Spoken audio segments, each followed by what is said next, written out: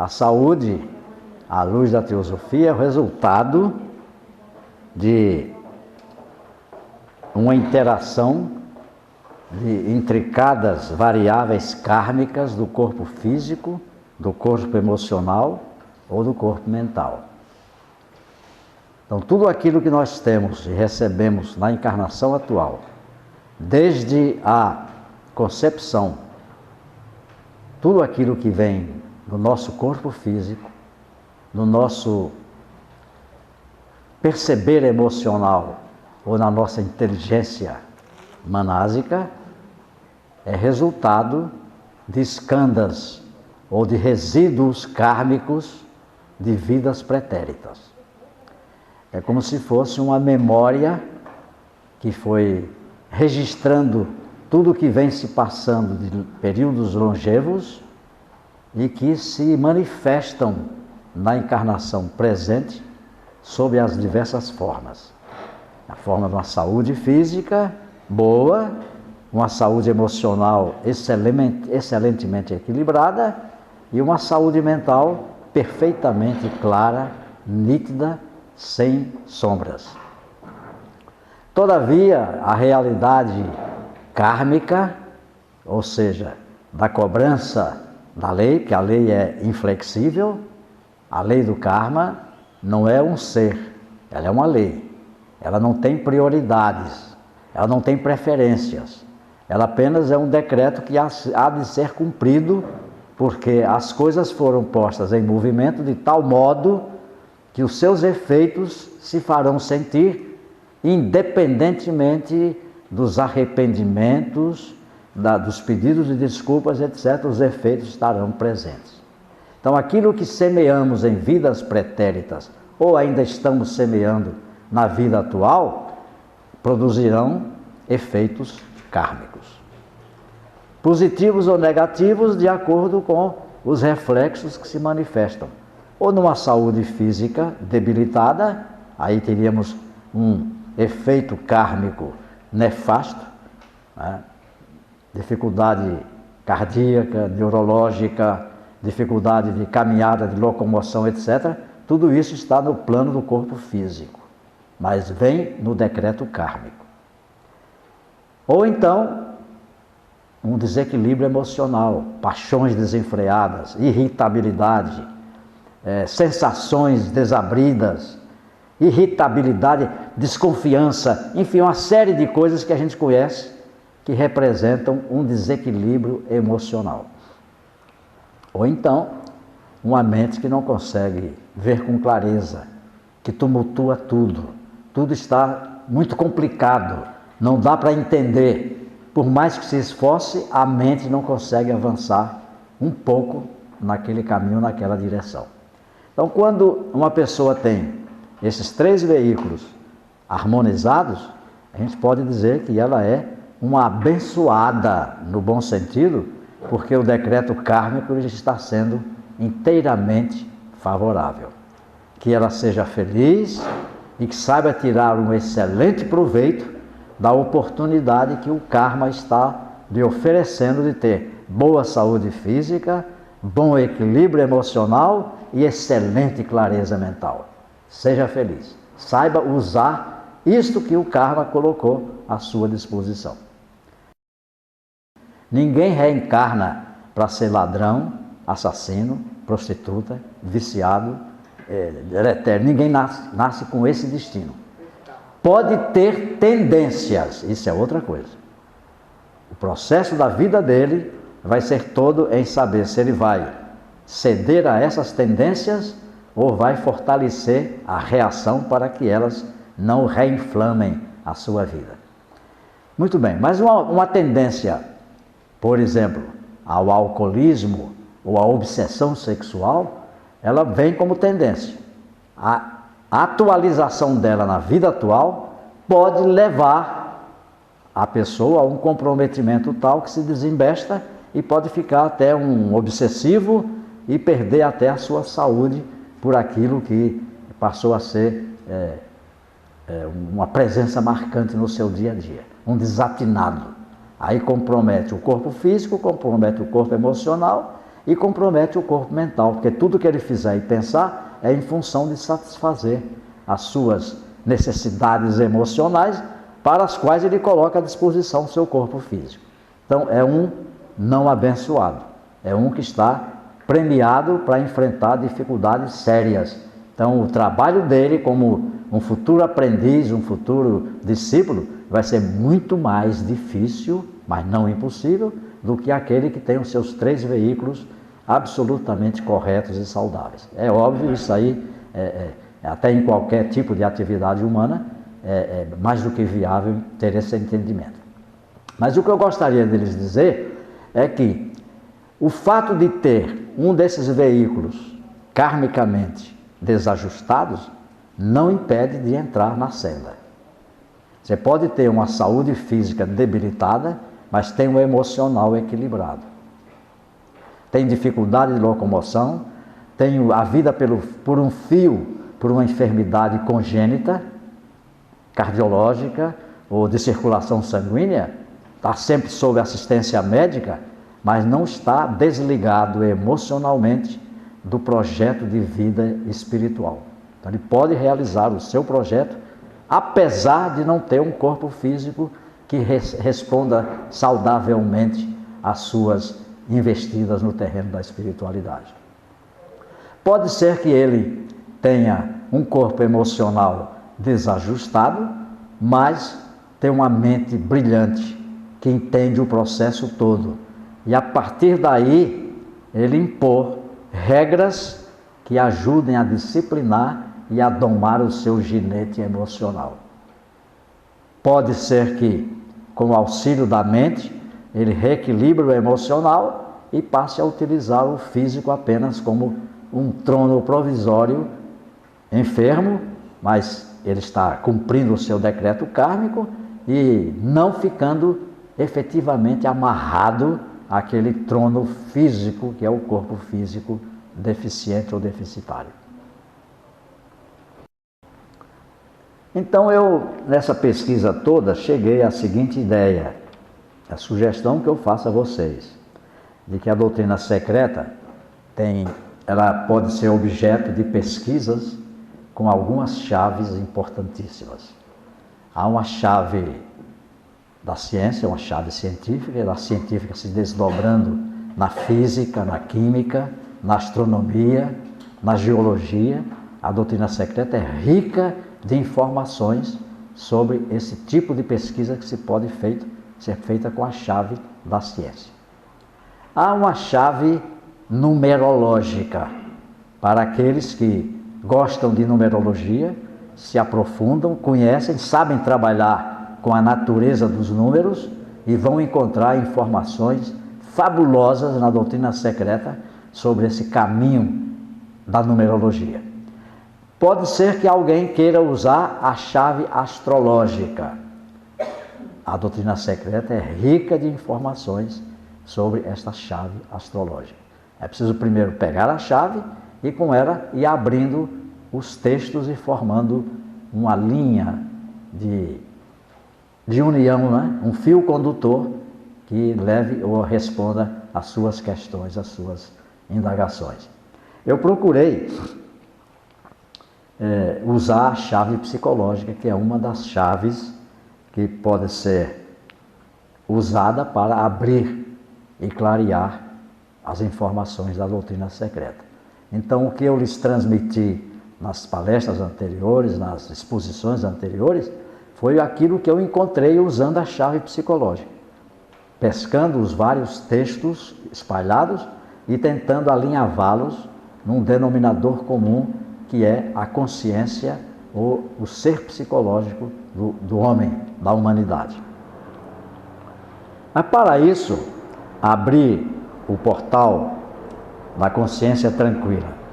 A chave psicológica serve para nos levar a uma consciência tranquila.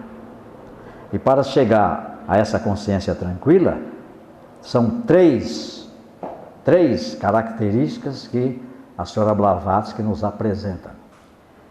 Primeira, colocar-se a serviço da humanidade. Sem estar trabalhando para a humanidade, lê do engano pensar que vai ter consciência tranquila. Pode ter todos os outros recursos. Se não estiver a serviço da humanidade, a sua consciência nunca ficará tranquila. Ela vai ser sempre manchada pelos compromissos de egoísmo, de interesses inconfessáveis e usando até a humanidade como pretexto para os seus projetos de poder, de dominação. A outra característica está relacionada com aquilo que na literatura teosófica se chama o Dharma. O Dharma é a vocação nata, a vocação que temos dentro da marca do nosso ser espiritual para o exercício de determinadas atividades que são libertárias. Se não encontrarmos o nosso Dharma, nós ficaremos sempre amarrados ao nosso karma. O karma é inafastável. O Dharma elimina os efeitos nefastos do possível karma, porque nós estamos apenas exercitando aquilo que é indispensável a ser feito para o bem da humanidade. Seja numa liderança, seja numa posição intermediária, seja como servo, enfim, como comandante, como empregador, como empregado, como servidor público, não importa. A verdade é que, quando se descobre qual é o seu verdadeiro ofício na humanidade, ele terá que ser cumprido sem temor.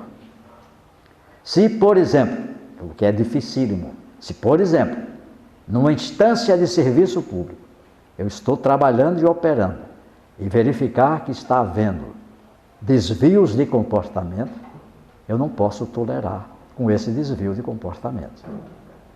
Eu tenho que chamar alerta daquele que está desviando e, se não for de todo possível, chamar a atenção dos superiores hierárquicos. Está havendo um furo aqui, está havendo um desvio disso, um desvio daquilo. Está havendo um compromisso muito grande contra a humanidade, contra os interesses da humanidade. Mas eu vou perder o colega, ele vai me odiar, ele vai me perseguir. Se for o chefe, então acabou, estou perdido, vou perder o cargo, vai me transferir lá para Conchichina, não sei para onde. Não importa, exerça sem temor o seu ofício, porque a luz divina do seu eu superior aplanará todas as dificuldades kármicas resultantes do exercício sem temor do seu ofício. Vou dar um outro exemplo. Se a sua profissão é o exercício da medicina, ela terá que ser exercida sem temor, não objetivando lucros ou aumentar o seu patrimônio material, mas sim arrostar e enfrentar a enfermidade, a dificuldade, sem receio se vai pôr ou não a perder a vida do paciente.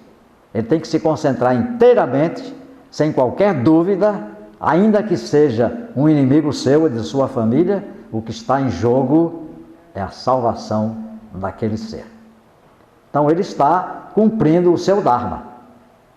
Ora, se se trata de um professor, de um educador, o seu Dharma é o de conduzir o neófito a ter uma visão clara, despreconceituosa do que está ocorrendo, não só na sua cidade, na sua vila, na sua igreja, mas no planeta todo. Esse é o papel do verdadeiro educador. Sem temor. Você vai contrariar o sistema educacional. Que se dane o sistema educacional. Se ele está querendo impor uma linha única de conduta, de pensamento, que é, na minha visão, um pensamento separatista, um pensamento preconceituoso, eu me oponho e não deixo exercer isso na minha escola, na minha cátedra. Vai ser perseguido? Vai. Vai sofrer agruras? Vai. Mas se ele está cumprindo o seu Dharma, espiritualmente ele está inteiramente protegido. Mesmo porque na hora em que surgir a perseguição, outras vozes se levantarão no processo kármico para tomar a defesa daquele que está cumprindo o seu dever sem temor de coisa alguma. A própria comunidade começa a prestigiar aquele educador, começa a prestigiar aquele magistrado. Vejam que eu falei magistrado, que é a minha linha jurídica. Quando eu digo magistrado, eu estou me reportando a toda a ordem jurídica. O juiz, o promotor, o advogado. Então a linha de conduta deles é exercer sem temor o seu ofício. Ora, se eu sou advogado, militante, e batem à porta do meu escritório para pedir socorro para resolver uma determinada causa, eu não posso recusar, pois que alguém está batendo à minha porta, gritando por socorro. Ele me historia os fatos todos, sejam penais, ou sejam cíveis ou trabalhistas. Eu os anoto, registro e verifico que, pela versão que ele está apresentando, ele está correto. E como ele está correto, eu estarei ao lado dele, sem temor, sem ter receio de contrariar poder público, autoridade, advogado contrário, etc. Mas é imprescindível que se estabeleça o elo de ligação de confiança absoluta entre o cliente e o advogado. Ele tem que relatar ao seu patrono a verdade.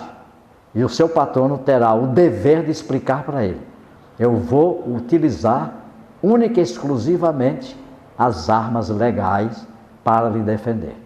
Não vou usar subterfúgios. Você me deu os fatos, agora me dê as provas da sua versão. Se o cliente não tiver provas, diz o coração do advogado sem temor: lamento muito, mas o fato está correto, mas se você não tem provas, eu não tenho como postular a sua defesa em juízo. É preferível então que você entre num acordo com o seu adversário, assuma a responsabilidade do ato que você cometeu e faça uma composição.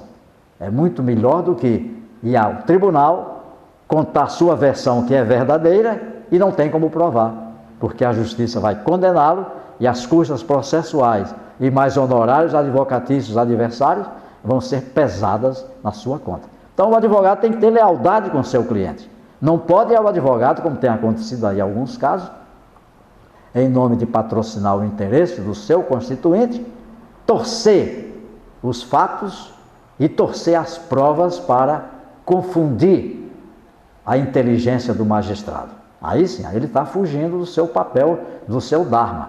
Ele está assumindo o papel do cliente. Ele não é o cliente, ele é o advogado.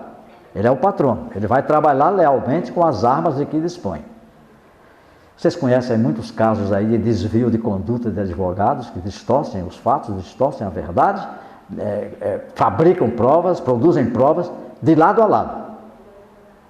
Então o dever dele, temor do seu ofício, é ter coragem primeiro com o seu cliente. E o cliente convencido e os dois lealmente trabalhando juntos, ele tem muito mais chance, quem sabe, de convencer o julgador da verdade dos fatos. Terceira condição, ele não ter mancha nenhuma de egoísmo, egotismo ou egolatria. O que é que eu quero dizer com isso? No egoísmo, ele só pensa no seu bem-estar. O egoísta, ele centra tudo em função do fortalecimento do seu eu, tirar proveito de tudo o que seja possível. Ele arma até esquemas para engrandecer o seu eu e dominar o outro e tirar proveitos. Em qualquer escala, em qualquer atividade que seja exercida. Egotismo é a paixão que ele tem pelo ego, seja o dele ou seja do outro. Ele pode ser fatalmente egoísta e egotista. Ele pode, como um cultor do eu, começar a construir a sua estátua, o seu nome, no bronze, no ouro, na matéria-prima, para poder ser idolatrado pelos outros. É o egotismo, é o culto do eu. No egoísmo, ele é apenas e tão somente o que tira proveitos. Ele pode ter o culto do eu sem ser egoísta. Ele adora, ele admira a sua personagem, ele cultua aquilo com muito carinho, aí recebe aplausos, Então ele recebe os aplausos e coloca à disposição, como se ele fosse o único, o salvador disso tudo. E egolatria é quando ele se submete ao culto do ego, não mais dele, mas dos outros, sejam deuses, semideuses.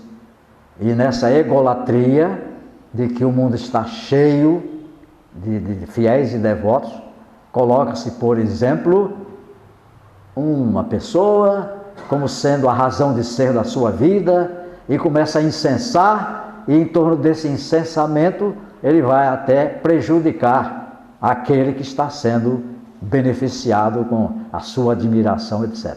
Ele está criando um culto a um ego, seja o ego do presidente, seja o ego do presidente do Supremo Tribunal Federal, seja o ego do presidente dos Estados Unidos, ou seja o ego do presidente não importa, ou o ego de um qualquer aí, e o importante é que ele projeta naquele ego todas as suas aspirações, todos os seus desejos e todas as suas esperanças. Então é um culto ao ego.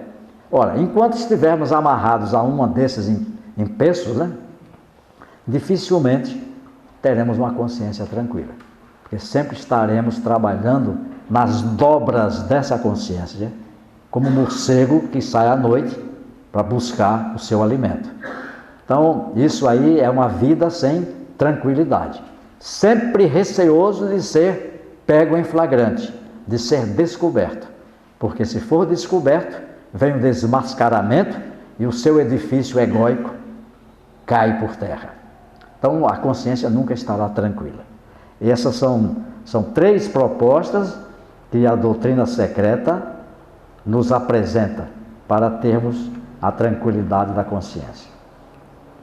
Então, trabalhar para a humanidade é o ponto de partida, que a gente abre mão de acariciar o nosso companheiro de jornada, que é o nosso lado mais obscuro, egóico, egocêntrico e ególatra. Ele está aqui ao lado, ele quer isso tudo. Então, a gente tem que aprender a trabalhar com eles, não pode eliminá-los, porque eles fazem parte da nossa natureza, ele é a sombra que nos acompanha, mas temos que saber tê-los sob controle, não deixar que eles se expandam e que ele traga à tona todas as viciações possíveis e imagináveis. É aquilo que se diz, então, no popular: eterna vigilância sobre os seus pensamentos, sobre as suas emoções e sobre suas ações. Agora eu vou lhes transmitir os textos que constam do volume 6 da Doutrina Secreta sobre esta matéria.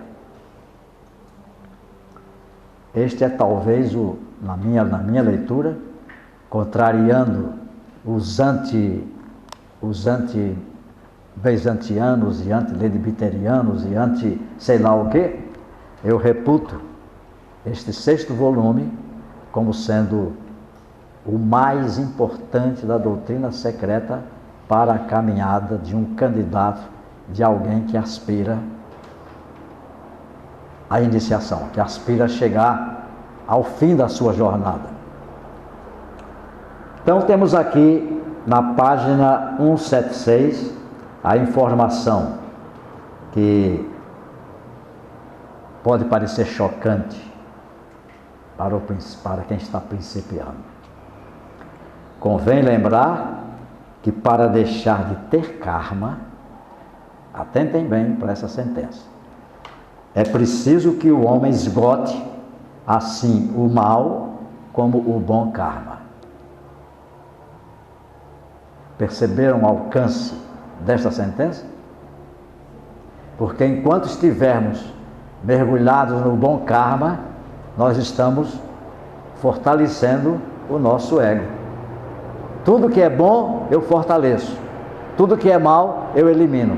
Não vai nem fortalecer, nem eliminar, porque vai continuar no conflito da roda do karma. Você tem que se desligar do mau karma e do bom karma. As obras terão que ser feitas porque são indispensáveis. e não pelos efeitos benéficos que elas possam produzir na sua vida. É bom o karma, o resultado é bom. E daí? Apenas fiz o que eu tinha que fazer, mais nada. Se desligue do bom karma, deixa isso de lado. As escolas normais, no campo da iniciação, recomendam sempre você trabalhar para ser bom, agradável, conquistar a bondade no seu coração, colher os frutos do bom, etc. Tudo isso é muito bonito, mas é um peso, porque se você está colhendo o lado bom, você está trazendo ao lado dele o oposto. O processo é manter-se numa linha de equilíbrio que não tenha nem a presença do mal, nem a presença do bom karma. Você fica infenso ao karma. Esse é que é o diferencial. Chega o karma, beneficiou, você simplesmente fica indiferente. Se tem uma família que é feliz, tranquila, segura, indiferença quanto a esse efeito. Tudo bem. Nada mais estou fazendo, nada mais estou recebendo do que o resultado de trabalhos que foram feitos, etc. Então, para por aí. Não fica agora tentando comparar a sua família com a família do outro. Por outro lado, se tem uma família desajustada, também não rejeite. Nem aceite, nem rejeite. Pegue o caminho do meio. Aqui a cobrança, a fatura foi apresentada, qual é o meu débito, onde é que eu estou em vermelho? Nisso. Vamos pagar. Qual é o meu crédito? Isso. Utilize esse crédito todo para resgatar o que for possível do vermelho. Não é para acrescentar o meu patrimônio moral ou meu patrimônio material. Para limpar o vermelho. O vermelho pode ser meu, pode ser da minha esposa, pode ser do meu filho, pode ser da minha cidade, enfim, pode ser de tudo. Simplesmente eu tenho um acréscimo patrimonial, muito bem, não é nada demais. Vou pegar esse crédito e colocar à disposição da comunidade. É um plus que chegou às minhas mãos. Eu transfiro esse plus em benefício da comunidade, que a gente aí precisando desesperadamente. Essa é uma nova visão que a doutrina secreta nos abre diante da lei do karma. Que quanto mais acumularmos bens e riquezas, que é um bom karma, karma da riqueza, mais peso e dor podemos ter adiante. Porque o mau karma vai aparecer. Como é que você empregou o bom que você recebeu? O que é que você fez com ele? Eu comprei mais avião, eu viajei, eu fiz isso. Tudo bem, então a conta vai ser apresentada agora no lado negativo, está aqui em vermelho. O que é que você fez com o plus que recebeu? Está tudo lá espalhado lá, na creche, na escola, no asilo, nas crianças problemáticas, nos excluídos da sociedade. Está tudo para lá. Aqui eu tenho comigo só o essencial da sobrevivência minha e da família. O resto, plus, não me pertence. É patrimônio da humanidade. A gente pensa que é fácil isso. Não é não. O bom karma às vezes atrapalha. A gente fica empolgado com aquilo tudo e acha que não vai se esgotar nunca e começa a meter os pés pelas mãos e quando abrir o olho está num buraco moral, está lá embaixo porque a dívida vai aumentando no lado do mau karma. Tem até a parábola de Jesus sobre isso, a parábola dos talentos, né? Lembram-se da parábola dos talentos? Que o Senhor foi viajar e entregou aos seus servos talentos, né? Para que eles ficassem com aqueles talentos e usassem como bem lhes aprovesse. Aí, quando ele voltou, ele foi perguntar aos servos: o que vocês fizeram do capital? Aí um disse: eu peguei o seu capital, apliquei e reapliquei, ele deu 100% e está aqui na minha prestação de contas. Senhor, é seu. Aí ele perguntou para o outro: e você? Eu fiquei com medo de perder, fiquei com medo de que você voltasse e não encontrasse, então eu enterrei o talento para quando o senhor voltasse eu desenterrar e lhe devolver. O que é que diz o Mestre Jesus? Servo infiel e inútil, você não soube aplicar o seu talento. então está condenado. Então este é que é o conceito de aplicação do bom karma diante do que pode ser chamado o mau karma. Mas a gente tem que estar livre disso tudo. A segunda indicação também na página 176 esclarece que somente o homem é capaz de conceber o universo neste planeta,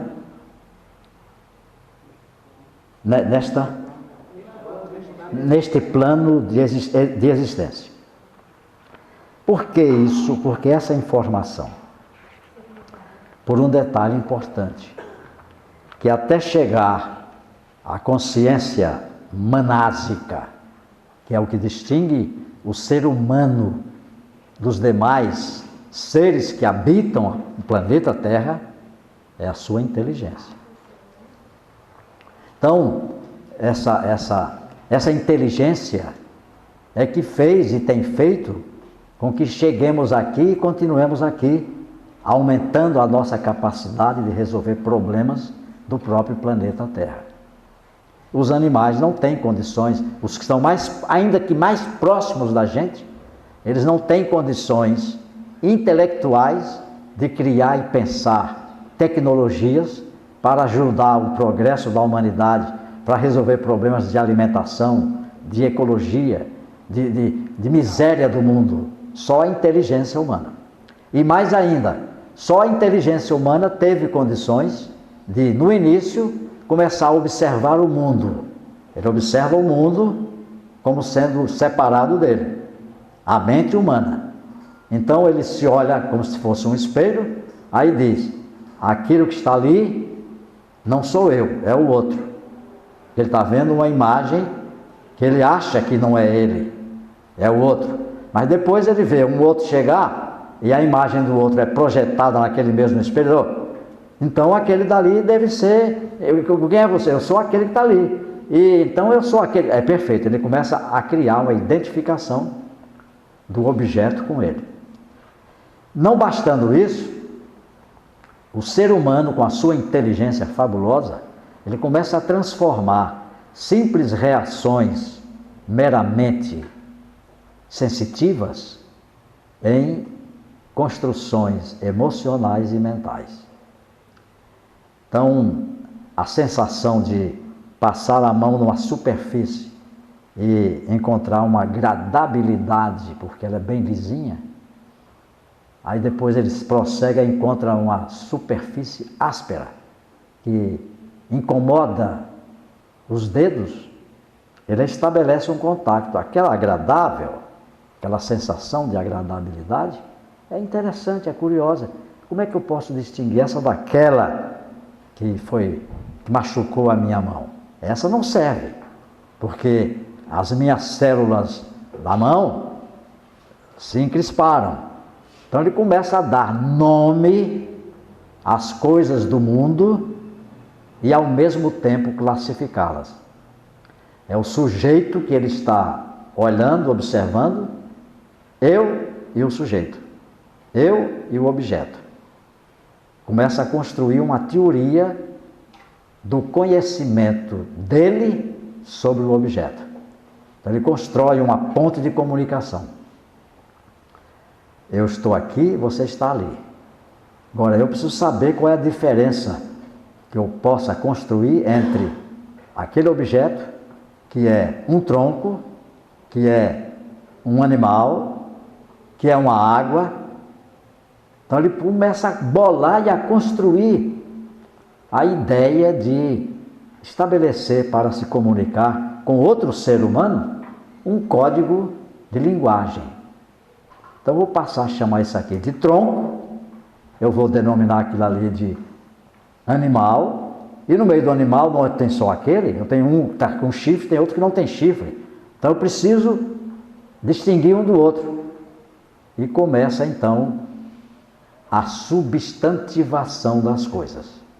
Ele dá nome, um nome que descreve a coisa como ela é. E depois estabelece uma classificação das coisas segundo sua própria natureza, sua utilização. Estão percebendo que tudo isso é trabalho da inteligência humana. O animal não faz isso. Então a inteligência humana, ela vai construindo, dando nomes, classifica e adjetiva.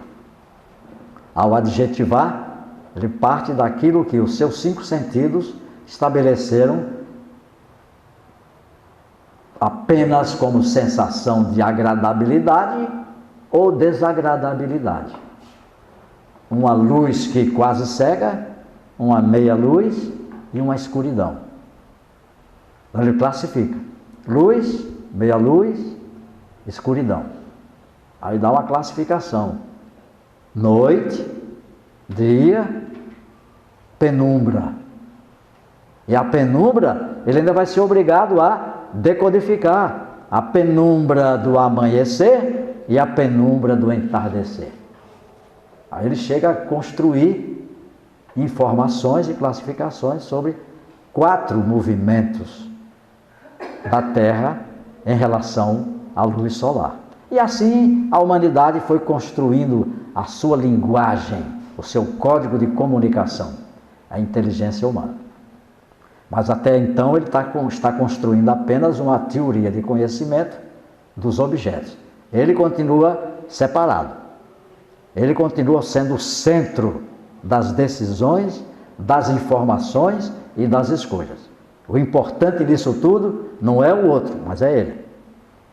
Então, diante dessa importância, se aquela coisa ou aquele outro incomodar, ele começa a construir mecanismos de afastamento e, se não afastar, ele elimina. Porque não interessa a ele. É um criador de caso. Aí começa a construir o sistema de ataque e defesa, guerras, etc. Então está decretado o conflito dentro do próprio planeta, na humanidade. Ele tem uma teoria de conhecimento descrevendo o objeto e a relação dele como objeto.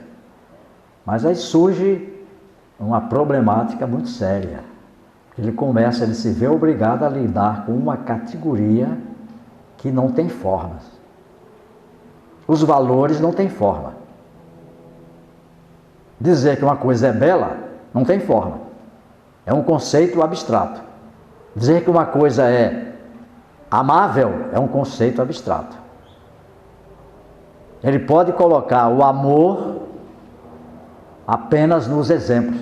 O amor do marido pela mulher, do namorado pela namorada, do pai para o filho, do filho para o pai. Mas isso são exemplos formais do que seja o amor que é abstrato.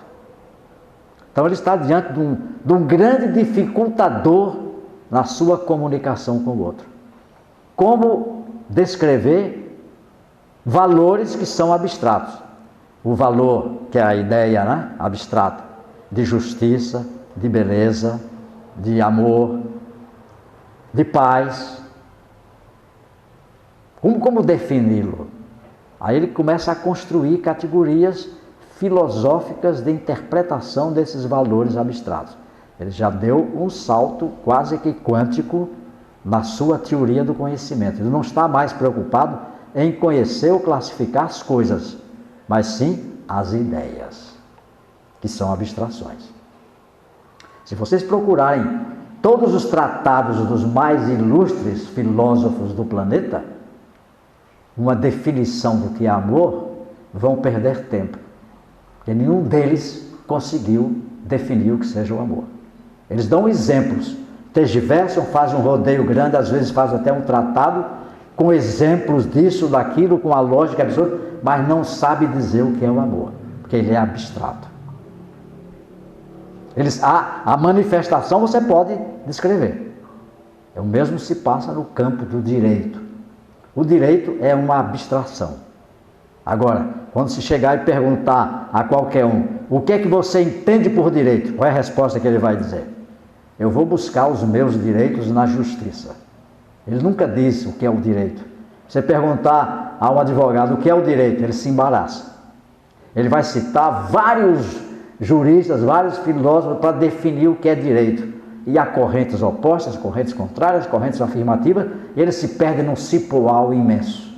Porque o direito é uma categoria abstrata. Na verdade, ele é aquilo que a gente poderia dizer, é a lei do karma. O direito é aquilo que está ali. Não adianta romper, porque se romper, ela restabelece o equilíbrio. Mas é uma abstração. Não bastando isso, somente a inteligência humana pode conceber e construir uma teoria para explicar a origem do homem, a origem da Terra, a origem da galáxia, do Sol, dos planetas, do universo. Só usando a inteligência. E aí vocês têm os grandes cientistas, os grandes filósofos e as grandes lideranças religiosas procurando dar as maiores explicações sobre a origem da nossa humanidade. Entramos num terreno que é altamente abstrato, porque não tem como formatar, porque estamos nos aproximando da ideia de algo, um ser, ou um não ser, ou seja lá o que for, que é a origem, o meio e o fim de todas essas coisas. Entramos no terreno da metafísica. E para trabalhar a metafísica, que seria, na definição de um grande metafísico, é a visão direta de Deus. Você só pode chegar a essa visão abstratamente. E só a inteligência humana pode enfrentar esses problemas e aceitá-los e tentar interpretá-los. Mas está lidando com categorias absolutamente abstratas. Que é Deus, que é a Santíssima Trindade, o que é isso, o que é aquilo, como é que surgiu, se foi um Deus que criou, se foram deuses, se foi de geração espontânea, está no terreno da pura abstração. Para não ficar doido, varrido, aí ele busca o socorro da ciência acadêmica, que ela vem e diz, não vá muito longe não, porque a gente só pode ir até onde podemos medir. É o papel da ciência, é segurar o doido do armazém da mente. Ele vem dizendo, você está delirando, vai devagar, não é por aí não. Pisa firme, porque o que não for possível comprovar, constatar, mensurar, eu não entro nesse terreno. Aí constrói uma outra teoria, que é a teoria da interpretação científica da formação de tudo isso. Em resumo, eu poderia lhes dizer que a mente humana, não importa a sua origem, é a única que tem condições de compreender ou contemplar a face do absoluto. É como se ele mesmo, absoluto, tivesse produzido tudo isso para depois se contemplar através da sua criação, ou da sua emanação, ou da sua manifestação. Também é abstração. Se me perguntarem, como é que se prova isso? Não tem prova. Isso é pura ilação da mente do ser humano. Só o ser humano pode conceber a ideia de um absoluto que pensou, gerenciou, colocou em movimento essa roda imensa do nosso universo conhecido. Página 175. O que confere ao adepto os seus poderes é a sua pureza.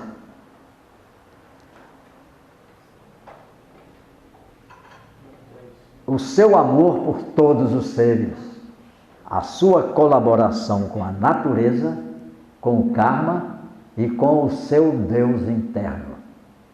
O intelecto por si só conduzirá à magia negra, porque o acompanham o orgulho e o egoísmo. Isso é uma advertência fabulosa.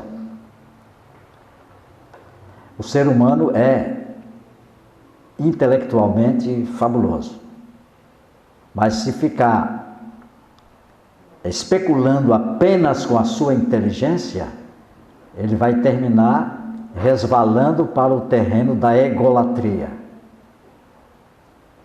É isto que eu entendo, é isto que eu percebo. Esta é a solução que eu encontrei. Se ele parar por aí, tudo bem. O pior é que ele, convencido, quer convencer o outro. Quando ele quer convencer o outro, ele resvalou para o terreno do egoísmo, quer convencer o outro para que o outro faça parte do seu clube.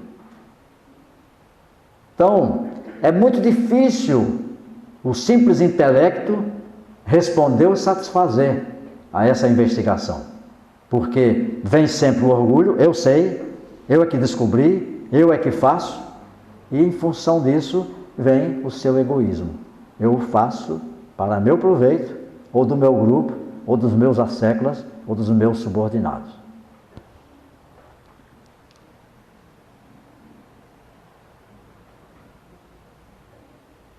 Página 178. Isso é uma advertência que ela nos faz sobre aquela procura de ter poderes. Os chamados poderes do mago. Ter poderes, ela chama de psíquicos.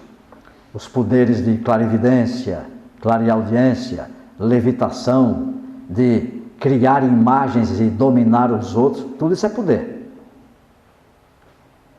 Aquilo que na literatura espírita se chama o despertar da mediunidade. São poderes, vai ter poder. Mas o que é que você vai fazer com ele? Depois de abertas essas portas e colocado esse arsenal todo à sua disposição, e agora? Para onde é que você vai? O que é que você pretende? Vai detonar a humanidade porque você é um ególatra? Vai dominar os outros para servirem ao seu projeto, ao seu propósito egoísta?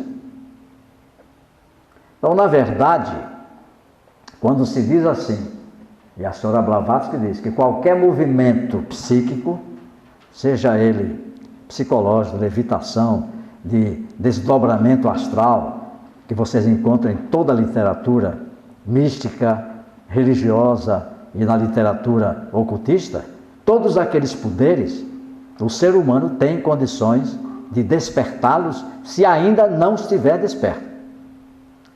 Se ele nasceu já com esses poderes, aí diz a doutrina secreta, ele é um mago de nascença. Ele está trazendo isso de vidas pretéritas. Como é que ele despertou esses poderes na vida pretérita? Os seus resíduos kármicos vão determinar como tendência o seu comportamento, agora que nesta encarnação ele está com os poderes aflorados.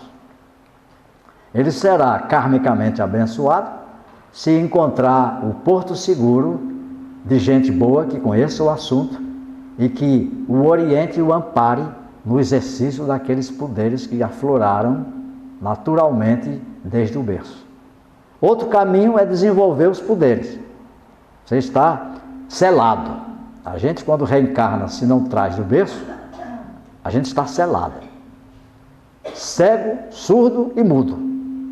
Não vê, não ouve, não percebe e é como se tivesse um tampão.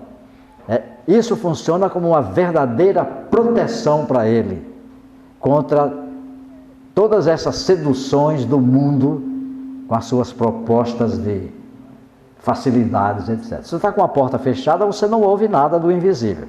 Aí está equilibrado. Se a porta da clarividência está fechada, você não vê nada.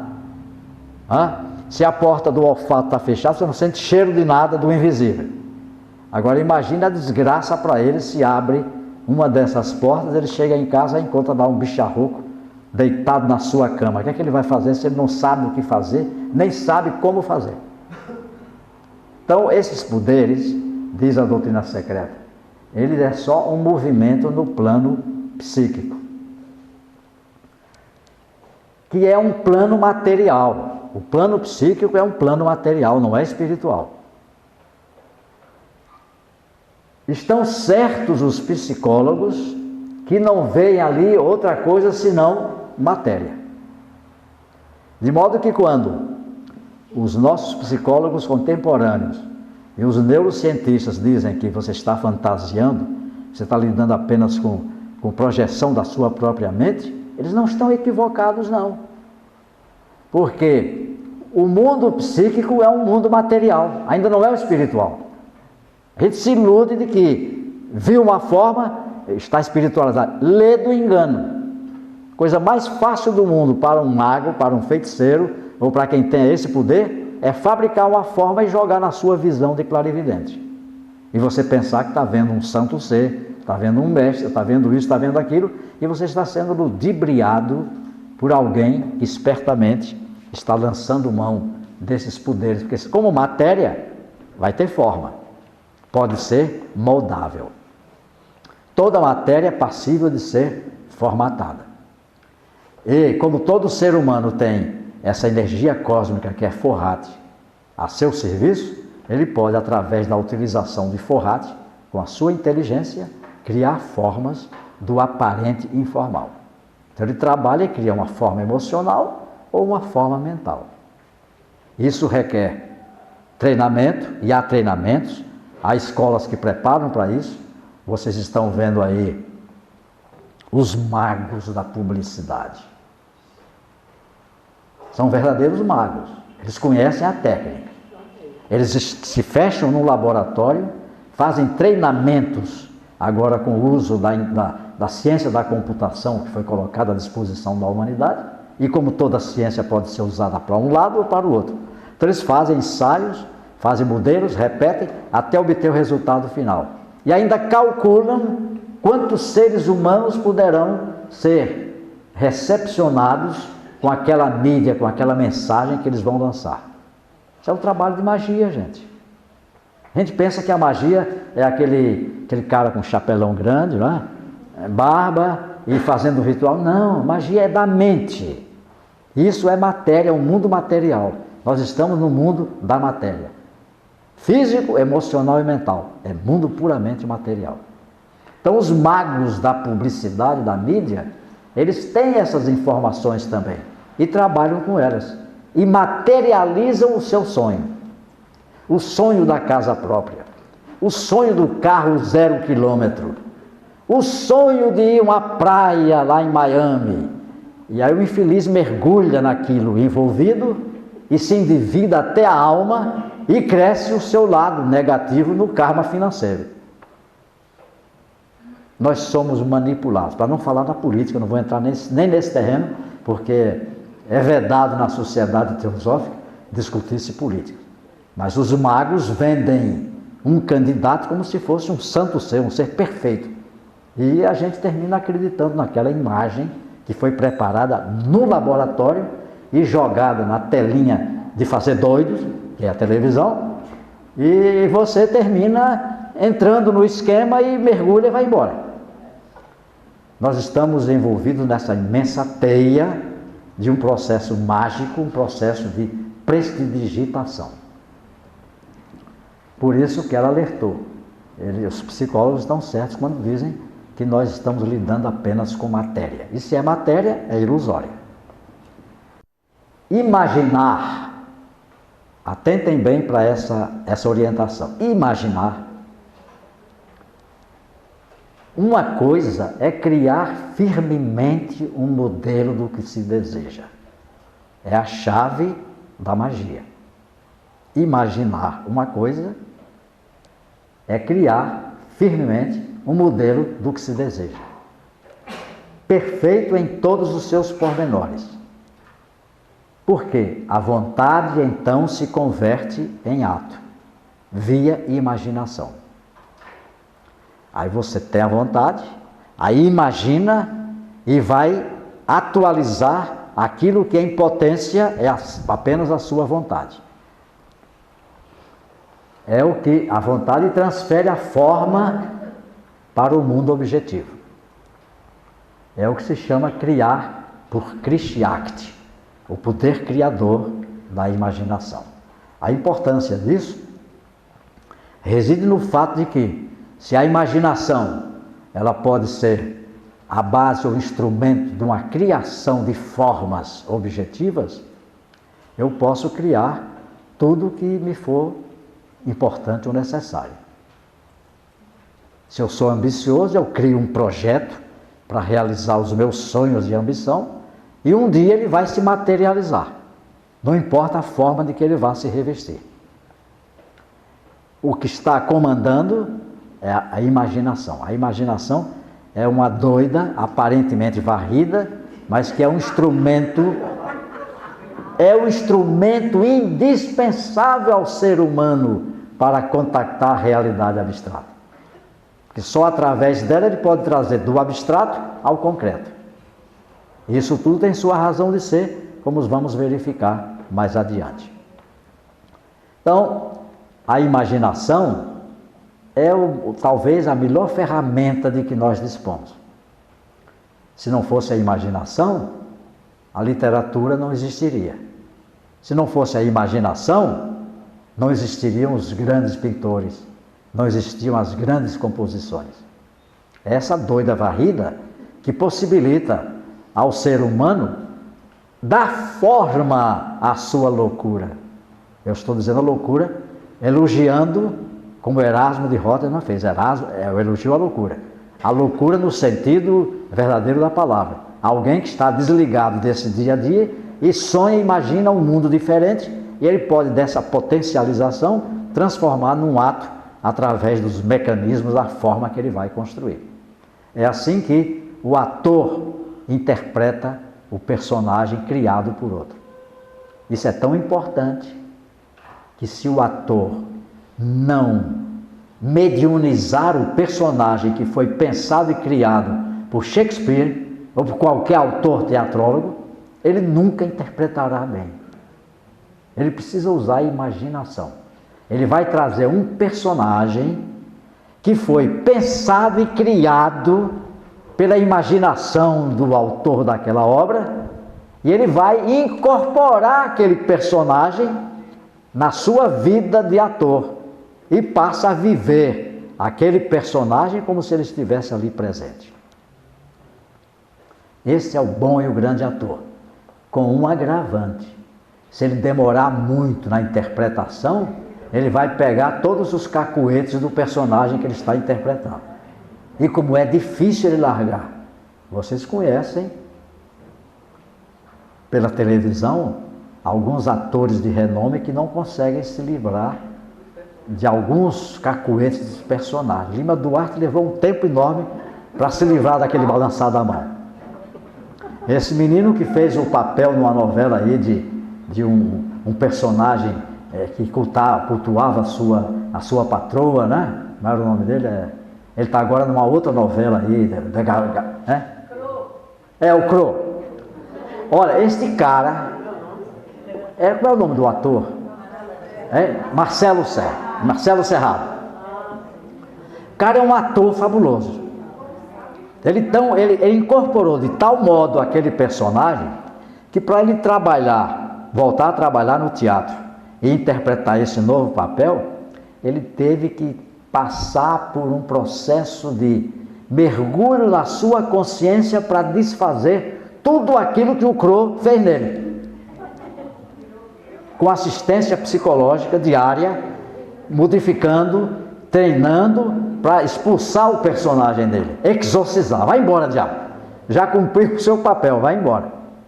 Outro que, se vocês observarem, eu vi assim num trecho do Gabriela Cravo e Canela, se vocês observarem, o José Wilker, ele não conseguiu se livrar daquela máscara horrenda, horrível que ele fez naquele personagem do prefeito. Lembram que ele era um matador? Ele fazia aquela cara horrível, continua fazendo. Ele trouxe para o personagem atual o mesmo cacuete de um personagem de um filme que ele vivenciou. Não é fácil não, gente.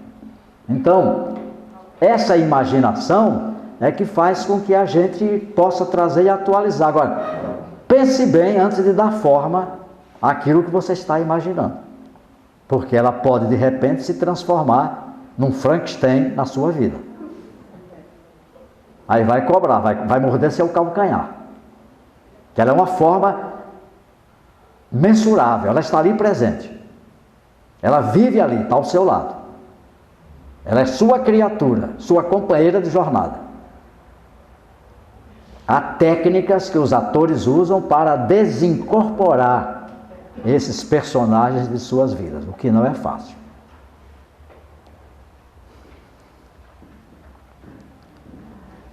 Aí vem essa outra informação. Vocês vejam que ela bate bem nessa tecla. A pureza da mente é de maior importância que a pureza do corpo. A pureza da mente é mais importante do que a pureza do corpo. Isto aí responde quem é que participou daquela conversa nossa sobre a minha experiência com um personagem lá no Rio de Janeiro, que eu considero um iniciado mesmo, discípulo do mestre R. Ele tinha um problema de saúde física muito grande, que ele não conseguia controlar a sua desesperada fome, comia feito um desgraçado, às vezes até quebrava todas as regras e terminou morrendo com seu coração implodindo, né? Mas era de uma pureza de uma criança. Era um trabalhador fora de série. Era um ser que você olhava e parecia um ser virginal perdido no meio de uma humanidade cheia de tantos problemas. Ele tinha a mente pura. O corpo estava destroçado, mas a mente estava pura. É aquele exemplo que eu dei. Você pode estar com um corpo com determinadas dificuldades kármicas, mas o seu mental está límpido. Seu mental está feito um radar, captando todas as informações e decodificando-as para a realidade do mundo. Se o PAD, isto é, o veículo, não está completamente puro, não pode conservar reminiscência de um estado superior. Esse UPAD, o veículo, é o veículo da mente. Se ela não é pura, ele não vai conseguir conservar a reminiscência das experiências ou da caminhada que ele tenha dado, por acaso, nos planos mais abstratos. Quando uma ação é praticada com pouca ou nenhuma atenção, o resultado é relativamente de pouca importância. Por que de pouca importância? Porque o karma é imediato. Se eu estou andando na rua e estou desatento no caminhar, porque eu estou preocupado em atender o meu celular e caminhando e cair num buraco, isso é karma imediato. É a falta de atenção. Porque é de bom conselho, se eu vou andar na rua, desligo o celular. Por que eu tenho que estar cá falando no celular? Se eu estou dirigindo um carro, estou ao mesmo tempo ouvindo uma música e cantando, eu não estou atento à direção. Não estou atento a quem vem atrás, a quem está passando ao lado, ao motoqueiro que está forçando a passagem pela direita. Aí posso provocar um acidente. É karma imediato. Então, essa falta de atenção é que vai gerar efeitos negativos no comportamento do estudante, do discípulo. Mas se a mente se concentra na ação, o efeito é 1000 vezes maior. Por isso devemos manter puros os pensamentos. O que é que essa pureza de pensamento? É despir-nos de qualquer tentativa do egoísmo, da egolatria ou do egotismo. Limpando a nossa tela mental dessas tendências, a mente fica clara e o pensamento fica puro e fortalecido para qualquer prática de trabalho no plano oculto e no plano objetivo. A carne, a parte material do ser humano, eis a coisa mais difícil de subjugar neste plano físico. O mais graduado adepto, quando encarna em um novo corpo, ele tem que lutar contra ele e dominá-lo.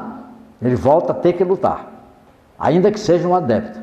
Se ele vai tomar um novo corpo, ele sabe que o corpo vai cobrar determinados comportamentos, determinadas atitudes, porque eu lhes disse lá, logo no primeiro contato, quem constrói o corpo e o sustenta é uma hierarquia. Ela tem propósitos fixados no seu programa, que contraria muitas vezes o programa ou software do ser mental. Então ele impõe as suas regras, né? Mediante preguiça, mediante ansiedade de correr para pegar, mediante a sensação, mediante a agradabilidade ou desagradabilidade, mediante sustos, tremores, medo de entrar, porque há um medo meramente físico, não psicológico. A reação que a gente tiver, por exemplo, aqui estamos reunidos nesta sala, aparentemente tranquilos, num aparente paraíso. Aí dá aquele estouro violento lá fora. Eu duvido que a gente fique sentado. Duvido. Treme, corre e sai. Tem gente que vai, ai meu Deus do céu, o que é que houve? Esse é um medo do corpo físico. Não é um medo psicológico, não. Isso é uma reação típica do corpo físico. Ele tem autonomia. Ele sabe que aquilo é uma ameaça, então ele dá o grito dele. E a primeira, às vezes faz até besteira, a primeira tentativa dele se joga pela janela e quebra a cabeça lá fora. Não é? Porque ele toma posições e medidas absolutamente irracionais. Ele não tem razão. Ele tem reação àquilo que ameaça a sua integridade e a sua sobrevivência. Por isso que ela diz aqui, o adepto tem dificuldade de dominar o novo corpo. Agora imagina a gente, isso é um adepto, agora imagina a gente, né? Mas a plena consciência do homem é a autoconsciência, é o que nos faz dizer, eu faço isto. Se existe o prazer, há de haver alguém que o sinta. Ora, a diferença entre a consciência do homem e a do animal está em que, embora exista um eu no animal, não tem ele consciência do eu. Só o ser humano tem autoconsciência. Que é o que analisa os sentimentos. O animal carece do sentimento do eu sou eu. Possui o instinto.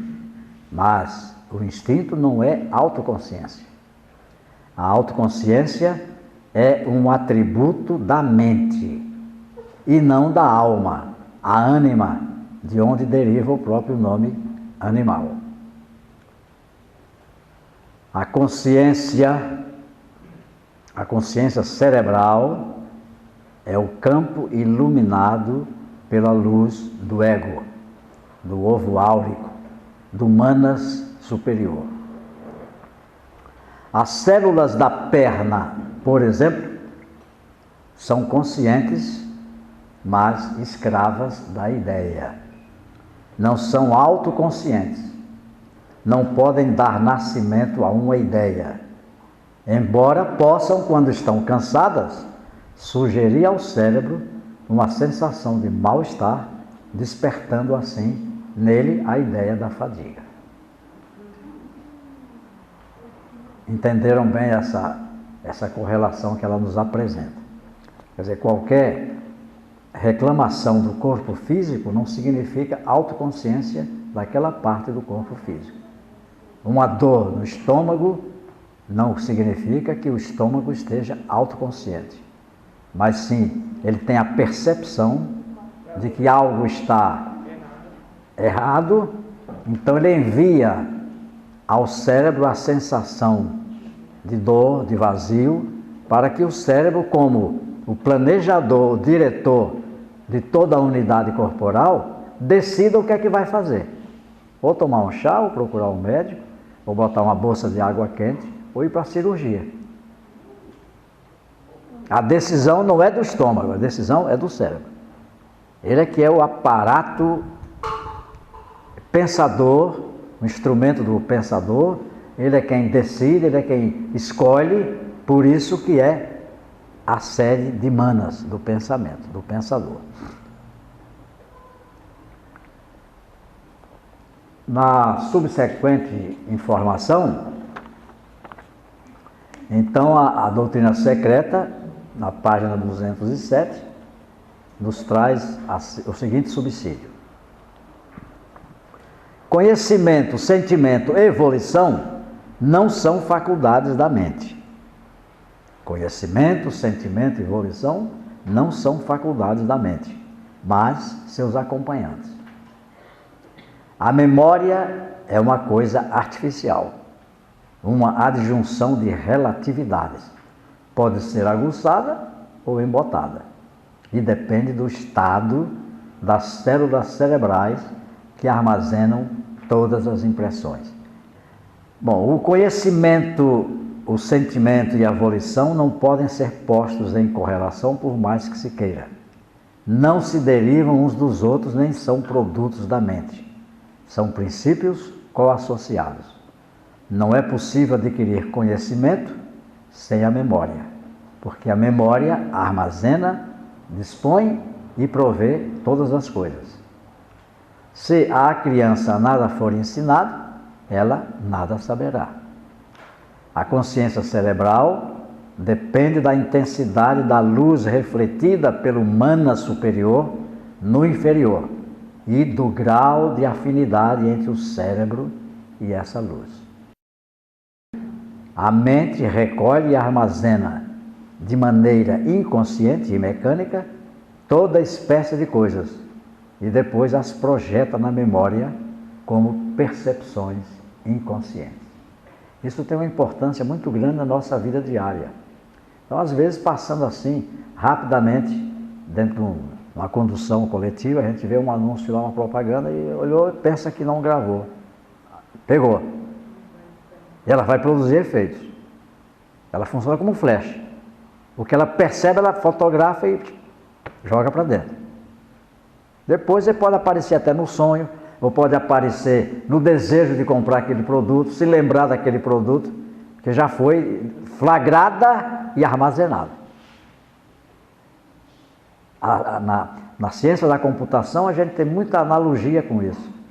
Você vê lá um programa qualquer, tal, digitou, baixou o programa, ele acabou, está lá. Só quando você deletar, acabar com ele. Mas enquanto ele estiver lá, ele está circulando, Wi-Fi, captando todas as informações e enchendo a memória do computador, às vezes de lixo, de porcaria.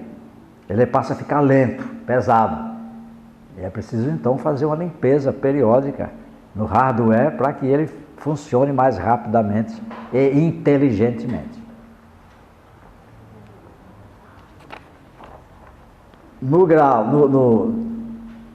No subsequente slide, aí vem a informação que ela nos dá sobre os 7 graus ou matizes da consciência como unidade. São 4 inferiores e 3 superiores. Manifestam-se, por exemplo, em qualquer momento de prazer ou de dor. A percepção sensória física. Percepção sensória física. É percepção da célula. Se paralisada, ainda assim, existe na célula a sensação, embora não a sintamos.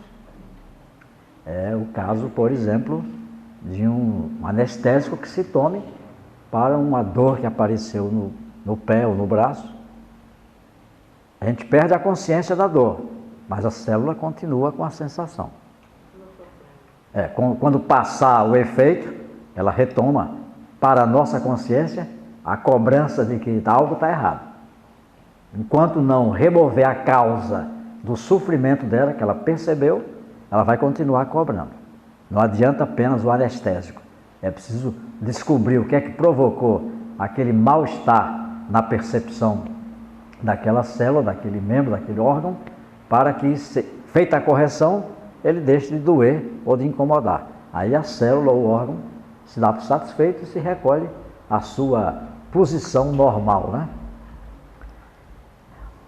Vocês já tiveram uma topada no dedão do pé? Ai, que dor. E quando dá aquela topada, o dedão protesta logo, como se dissesse assim: ô imbecil, não estava vendo que tinha algo na frente? Mas manda em frações infinitesimais de tempo, ela joga aquilo para o cérebro, da sua sensação que não está boa, e se manifesta sob a forma de uma dor que a gente até grita. Mas é o cérebro, é matéria puramente corporal. o cérebro memoriza, vai decodificar como a dor está vindo de onde? Do dedão do pé, foi a topada. E se não socorrer, ela vai ficar, o dedão vai ficar cobrando, até você resolver aquele problema. Isso não é autoconsciência, é apenas consciência ou percepção meramente celular ou orgânica. A autopercepção ou a percepção, ou seja, autopercepção da célula, é outro grau da consciência, o grau inferior da consciência. Aí vem a autopercepção psíquica, do duplo etérico, Doppelganger, como dizem algumas literaturas. Essa autopercepção psíquica não é do corpo físico denso, ela é do duplo etérico. Ele leva logo à percepção vital, sensibilidade física, sensações de prazer e dor e de qualidade. Exemplificando, são inúmeros os relatos de pessoas que foram submetidas à cirurgia para amputação de um membro ou de um órgão e que o duplo etérico, que corresponderia àquela parte que foi cirurgicamente extraída, ela continua na percepção do duplo etérico, dizendo que está doendo, ainda existe, está sentindo, etc. Isso é puramente etérica, não é mais o físico, ele nem está ali. Bom, esses são os 4 graus inferiores que dizem respeito ao homem psicofísico. Quer dizer, a ligação da sua psique ao corpo físico. Os graus superiores, ela então nos indica autopercepção manásica, que é referente à mente. Cadê o superior? É o discernimento do manas inferior. Quer dizer, é a utilização da mente para discernir, isto é, separar, classificar, adjetivar. Quem faz essa operação não é o psicofisiológico, já é esse veículo que dá uma autopercepção manásica. Então ele tem o conhecimento e produz o discernimento, separar o que é importante do que é desimportante. A percepção da vontade é a percepção volitiva, a aceitação voluntária de uma ideia, tenha-se ou não em conta a dor física. Então é a percepção dos mártires, é a percepção dos heróis, dos guerreiros no campo de batalha. Eles nem sentem dor, que é o mais importante, é o cumprimento do seu dever na consecução daquele objeto. Então há inúmeros relatos acerca desse assunto. No momento, no fragor da batalha, ele não sente dor nenhuma. O que impera é a sua percepção volitiva, é a vontade que está em jogo de cumprir com o que é importante ser feito, independentemente da dor, que ele nem sente, passa por cima. E finalmente a percepção, não é percepção, a percepção espiritual, inteiramente consciente, porque alcança o mana superior autoconsciente. Ela faz uma nota de chave, dizendo a percepção quer dizer autopercepção, ação consciente, não segundo o conceito de Leibniz, mas quando a atenção se fixa na percepção. Isso é importante nos ciclos de meditação, nos ciclos da opção por um caminho a ser trilhado, que ele tem que ser autoconsciente. Esse é o caminho que abre ao eu inferior, ao manas inferior, a possibilidade de contactar e ser iluminado pelo seu Criador, pelo seu eu superior, pelo seu vigilante silencioso, inclusive, que é a mônada. Agora chegamos ao cérebro. O papel do cérebro nesse jogo todo, né? O cérebro, página 209, é o órgão próprio da percepção física. E a percepção está localizada na aura da glândula pineal. Esta aura vibra em resposta a quaisquer impressões, mas no homem vivo isto pode ser apenas sentido e não percebido. Durante o processo do pensamento, que se opera na consciência, está em constante vibração à luz desta aura. O cérebro, página 210, o cérebro, ao vibrar, transmite as vibrações ao cordão espinhal e assim ao resto do corpo. Tanto a felicidade como a desgraça ocasionam fortes vibrações que desgastam o corpo. E vibrações violentas de alegria ou de tristeza podem matar. Aqui a ilação que se pode tirar é que devemos nos manter distantes, no centro, nem da alegria intensa, nem da tristeza. Não é possível viver sem momentos de alegria e sem momentos de tristeza, porque a vida é um movimento perpétuo, de altos e baixos. É descobrir como ficar incólume a ascensão da alegria, a exaltação ou a descensão da tristeza. É inevitável.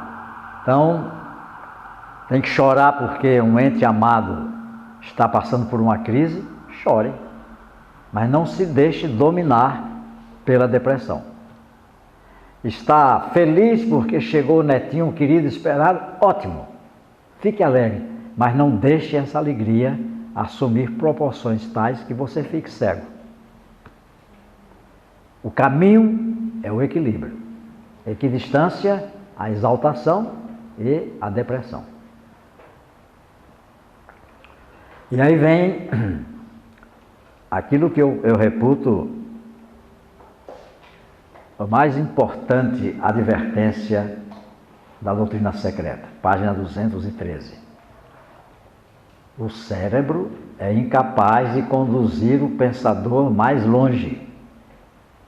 Para que o pensamento se alcandorasse em tais alturas, seria preciso pensar sem o cérebro. E aí vai a indagação para vocês. É o desafio. Como pensar sem usar o cérebro?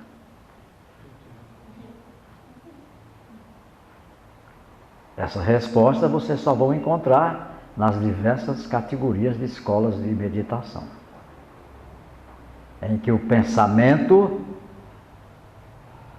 é paralisado, o cérebro está funcionando e você está se servindo do poder da imaginação para entrar numa viagem ao mundo sem formas. HPB, um pouquinho mais adiante, ela nos dá um exercício e eu acho que a gente podia tentar fazer esse exercício agora. Vamos tentar? Tentar?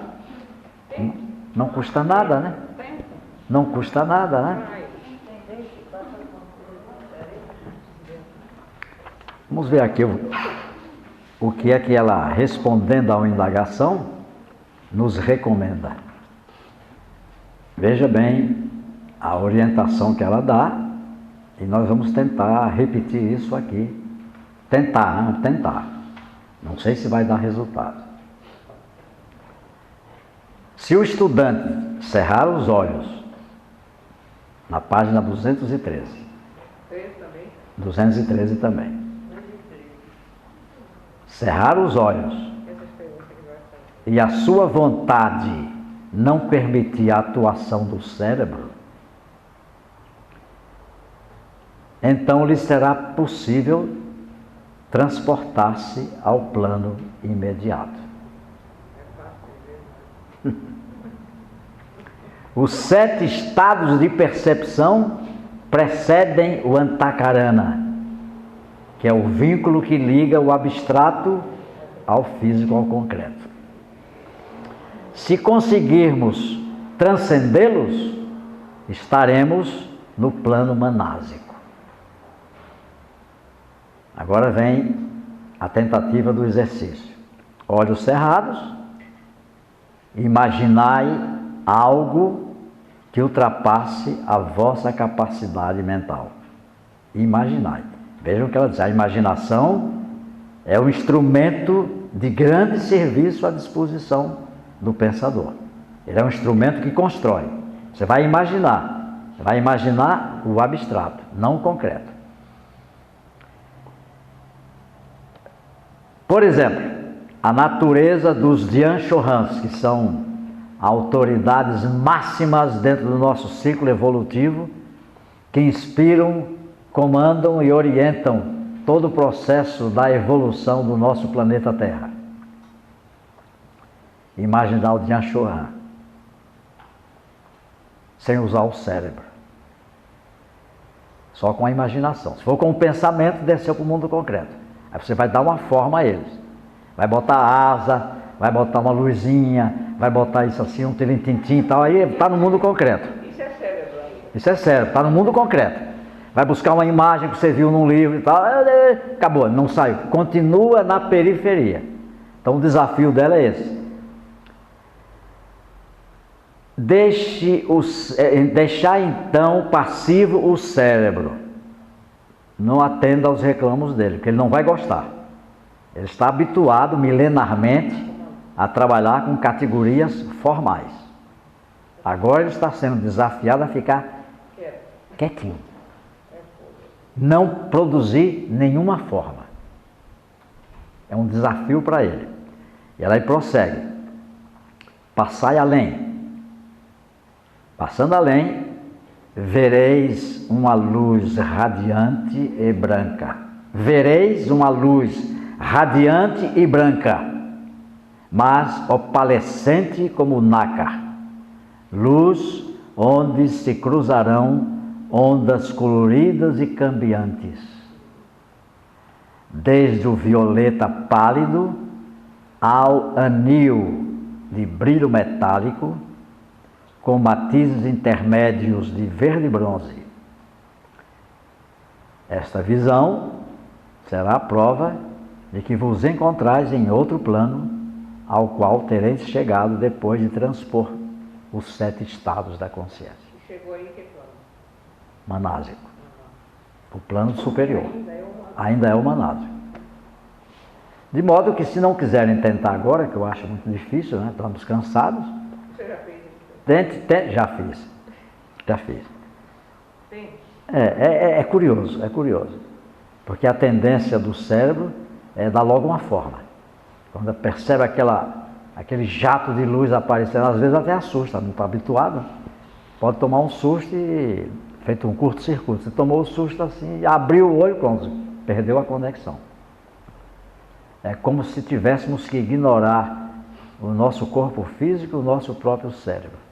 Quem está atuando ali é a doida da imaginação, tranquila, na sua doideira, mas ao mesmo tempo abrindo a visão interior para essa luz resplandecente movimentando-se.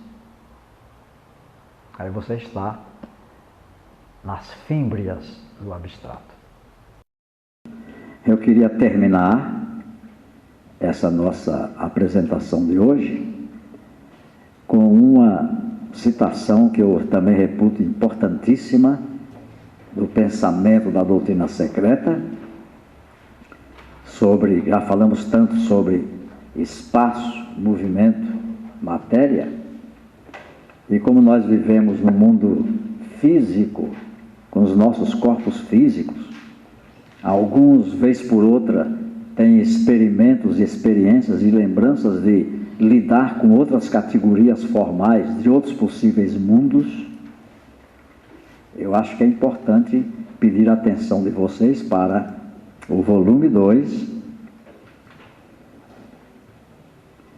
volume 2,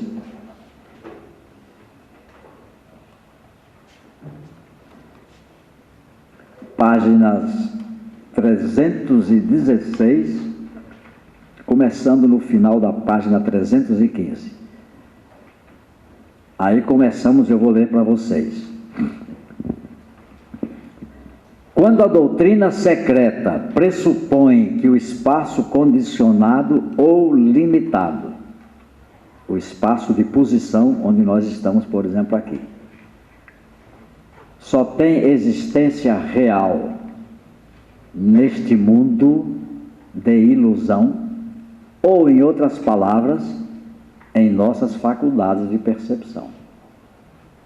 Então, este espaço físico, onde nos encontramos, é um espaço do nosso mundo pessoal de ilusão, por força da percepção das nossas faculdades cerebrais.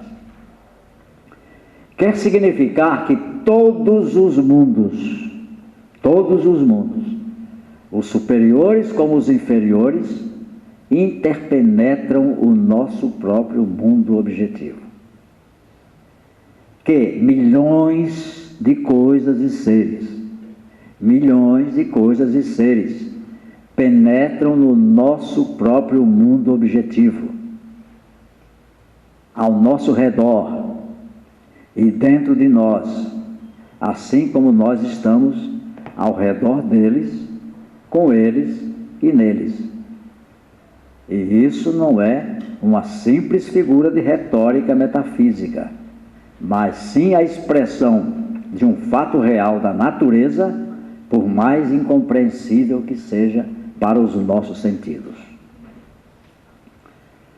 Assim, quando se mencionam outros mundos, melhores ou piores, mais espirituais ou ainda mais materiais, invisíveis em qualquer dos casos, o ocultista não situa essas esferas, nem fora, nem dentro de nossa terra, como fazem os teólogos e os poetas, porque elas não se localizam em nenhuma parte do espaço conhecido ou concebido pelo profano. Fundem-se, por assim dizer, com o nosso mundo, interpenetram-no e são por ele interpenetrados. Há milhões e milhões de mundos que nos são visíveis. Muito maior é o número dos que se acham fora do alcance dos telescópios, e grande parte destes últimos não pertencem ao nosso plano objetivo de existência. Ainda que tão invisíveis como se estivessem situados a milhões de milhas do nosso sistema solar, coexistem conosco, junto de nós, dentro do nosso próprio mundo, e são tão objetivos e materiais para seus respectivos habitantes quanto é o nosso mundo para nós. Mas a relação entre esses mundos e o nosso não é como de uma série de caixas ovais encerradas umas nas outras, à maneira de certos brinquedos chineses. Cada mundo está sujeito às suas próprias leis e condições especiais, sem ter relação direta com a nossa esfera. Os habitantes desses mundos, já o dissemos, podem, sem o sabermos ou sentirmos, estar passando através de nós, ou ao nosso lado, como num espaço vazio.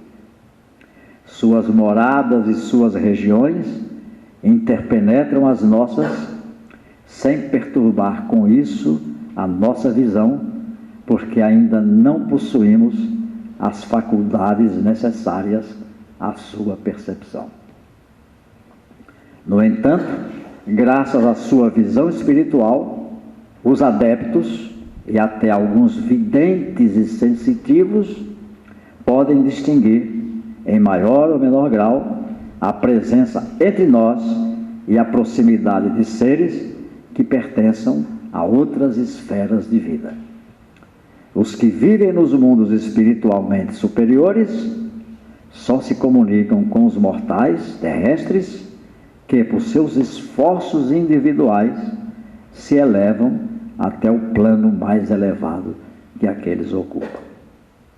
E assim diz a doutrina secreta.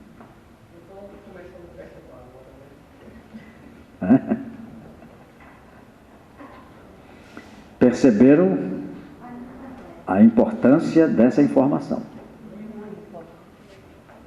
A gente pensa que está sozinho na Terra.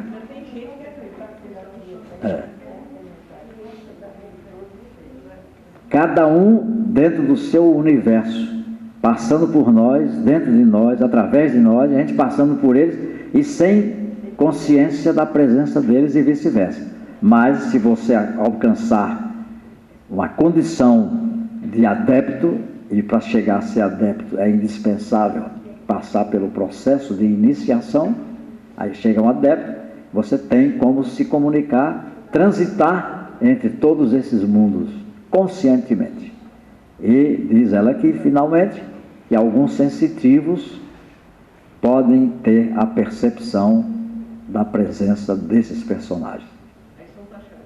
Aí são taxados de loucos ou visionários, né, tal. E cuidado para não colocar um pobre de um irmão ou de alguém que a gente conhece nas mãos do psiquiatra, porque ele está dizendo que viu baixar ali um negócio e está louco. Não, deixa ele no cantinho dele. Não ponha em dúvida o que ele viu, o que ele percebeu. Especialmente se é uma pessoa que tem uma certa integridade. Agora, se é um bicho de mau caráter, você já sabe que ele já leu isso tudo e está querendo impressionar para tirar proveito. Eu estou vendo uma pessoa aí ao seu lado. Aí pronto, aí o cara já treme nas bases. Que pessoa é? Aí que pessoa é? Aí o bicho, você tem que fazer isso, fazer aquilo, eu vou lhe ajudar e tal. Aí tome dinheiro, tome cheque, tome isso, tome aquilo. Mas aí é o espertalhão. Porque se é um adepto, se é um espiritualista, ele vê, primeiro cala, para não assustar. Segundo, delicadamente, suavemente, amorosamente, compassivamente, vai tentar ajudar a pessoa, porque ele sabe que o outro está cercando e provavelmente ele vai saber o que é que o outro está querendo, o invisível. Então ele vai cuidar de proteger a futura vítima ou aquele que está sendo cercado. Esse é o papel do adepto, do estudante da direita. Agora, se ele escambar para sinistro, ele vai logo tirar proveito. Olha, custa tanto, precisa fazer um trabalho, isso, aquilo, tal. Finalizando, nós estamos vivendo maravilhosamente na nossa terra e cada vez mais com essas informações que nós estamos transmitindo, a gente vai se convencendo de que a terra é a nossa mãe, é a nossa nave, é a nossa razão de ser nesse cosmos infinito. Vamos trabalhar por ela, sustentá-la, respeitá-la, porque cada agressão que se faz a ela é como se estivéssemos anatematizando a nossa genitora. Nós fazemos parte do mesmo projeto, do mesmo conglomerado, que é a nossa alma, grupo, humanidade. Paz a todos os seres.